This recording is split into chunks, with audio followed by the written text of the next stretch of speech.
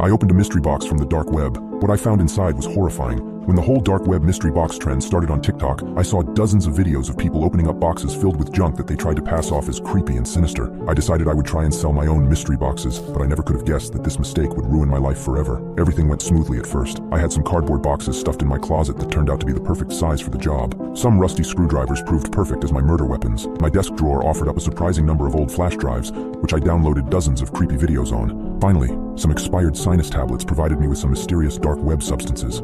I should have stopped before going any further. Maybe I could have saved my life.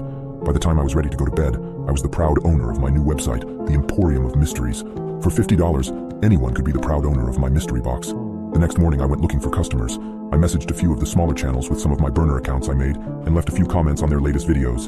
You should do a dark web unboxing video. You know what would be really cool? Unboxing something from the dark web. I bet you'd get millions of views. Then all I had to do was sit back and wait. By the end of the day, I had 6 purchases. Not much all put together, but enough to help put food on the table.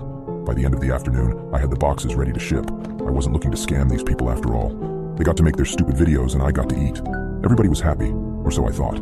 I sold a few more over the next few weeks, but eventually, interest died down. I gradually forgot about my time as a deep web merchant, until last Friday. When I got home from work, there was a package waiting for me outside my apartment door. When I picked it up and examined it, I realized that it was one of my mystery boxes. It looked like I had an unhappy customer, but the reality was so much worse. I took it inside and opened it up. It was empty, except for a flash drive that I didn't recognize. I was curious what was on it, but I wasn't about to let some disgruntled hacker infect my computer, so I dug out an old laptop that I hardly used anymore and plugged it in. It was full of pictures. Pictures of my hometown, of my apartment, of me. Whoever sent me this had been following me, had been inside my home. Staring at those pictures, I started to realize just how out of my depth I was. The realization that someone had not only invaded my life, but had been inside my very home was profoundly disturbing. My heart raced as I considered the implications of this horrifying violation. I clicked on one of the photos labeled Your Past. It displayed an old family photo album, filled with dozens of pictures from my childhood, family gatherings, and vacations.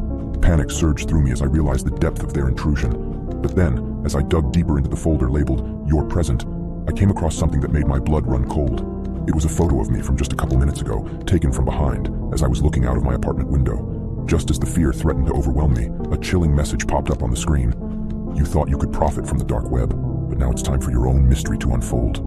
I desperately searched the laptop for any clue about the sender's identity, but there was nothing. It was as if they had left no trace, no breadcrumbs to follow. My mind raced, trying to make sense of the situation. What did they want from me?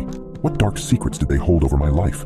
Just as I was about to give up in defeat, I noticed a new folder on the flash drive, ominously labeled, Your Future.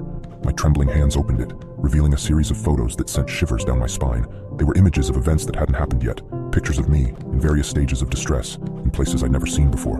It was as if someone had glimpsed into a horrifying future, and I was the star of their nightmarish vision. The flash drive contained one final folder, one I hadn't noticed before, labeled, Your Choice. My trembling fingers opened it, and a single image appeared on the screen. It was a photograph of me, sitting in front of the laptop, exactly as I was at that very moment. It was a live feed. As I stared at my own terrified reflection, a message flashed on the screen. The choice is yours, but every choice has a consequence. The realization hit me like a ton of bricks. This was more than just a game. It was a twisted obsession, a horrifying plan for my life that I couldn't comprehend. And as I stared at those ominous photographs, I couldn't escape the feeling that my every move was now being watched by a malevolent force beyond my control. My trembling fingers fumbled for my phone as panic tightened its grip on me. I needed help. I dialed 911, desperate for the reassuring voice of the emergency operator. But as the seconds ticked by, the call didn't connect. A chilling dread washed over me as I realized that something was terribly wrong with my phone. I frantically redialed, but the result was the same. No signal, no connection, just silence on the other end. My heart pounded in my chest as I faced the horrifying reality that I was on my own in this nightmare. And then, just as despair threatened to consume me, I heard it. The unmistakable sound of my front door being violently kicked open. The terror surged through me as I realized that someone was inside my apartment, someone who had followed me, watched me, and now had me cornered. I locked my door and turned back to my laptop, hoping to send a desperate message for help. But what I saw on the screen made my blood run cold. A message had appeared, and it simply said, Look behind you.